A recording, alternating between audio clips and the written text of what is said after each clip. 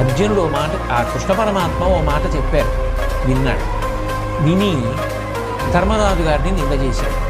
నింద చేసిన వాడు ఎంత ఆర్ద్రత ప్రేమ కలిగిన వాడు. నాకు వీటన్నిటికన్నా అన్నగారిని నింద చేశానన్న బాధ ఎక్కువ, కంఠం కోసేసుకుంటానన్నాడు. అదేమీ నటన కాదు, ఆయన ఆర్తికి ప్రేమకి నిదర్శనం. అయితే నిన్ను పొగుడుకో అన్నాడు. మళ్ళీ కృష్ణుడి మాట విని పొగుడుకున్నాడు. అన్నగారిని సేద తీర్చాలి, నేను ఇవాళ కర్ణుడిని చంపొస్తానని బయలుదేరాడు. తడబాట్లు రాని వాళ్ళు ఎవరుంటారు నాకు చెప్పండి జీవితంలో? ఖచ్చితంగా ఉంటాయి తడబాట్లు. తడబాటు రావడం తప్పు కాదు, దిద్దుకుని ఊంచుకోవడం గొప్ప. దిద్దుకుని ఊంచుకోవడానికి ఉండవలసిన మొదటి లక్షణం ఏంటి? ఎవరైనా చెప్తే వినడం.